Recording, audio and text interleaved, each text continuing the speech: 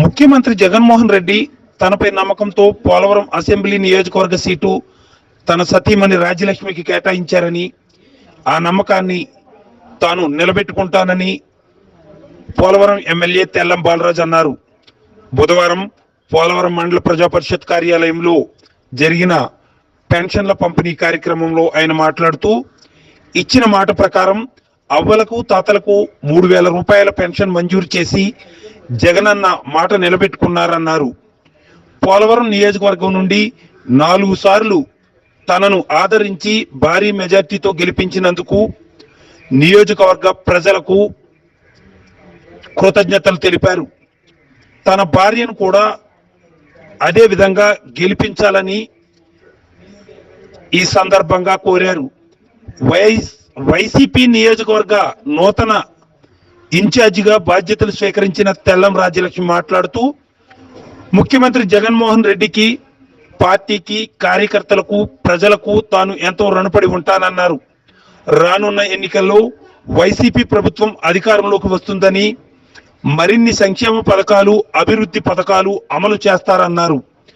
గత ప్రభుత్వ పాలనలో లాగా పెన్షన్ల కోసం, ప్రభుత్వ కార్యాలయాల చుట్టూ తిరగకుండా, సూర్యోదయం అవ్వకుండానే వృద్ధుల చేతుల్లో పెన్షన్ ఇస్తున్న ఘనత ముఖ్యమంత్రి జగన్మోహన్ రెడ్డిదేనన్నారు. ఈసారి నేను మహిళలకు ఇవ్వాలనుకుంటున్నాను, ఆ మహిళ ఎవరో కాదు, నీ సతీమణి భార్యకి ఇవ్వాలనుకున్నాను అనేసరికి నేను కూడా ఎవరితో బయటకు చెప్పలేదు.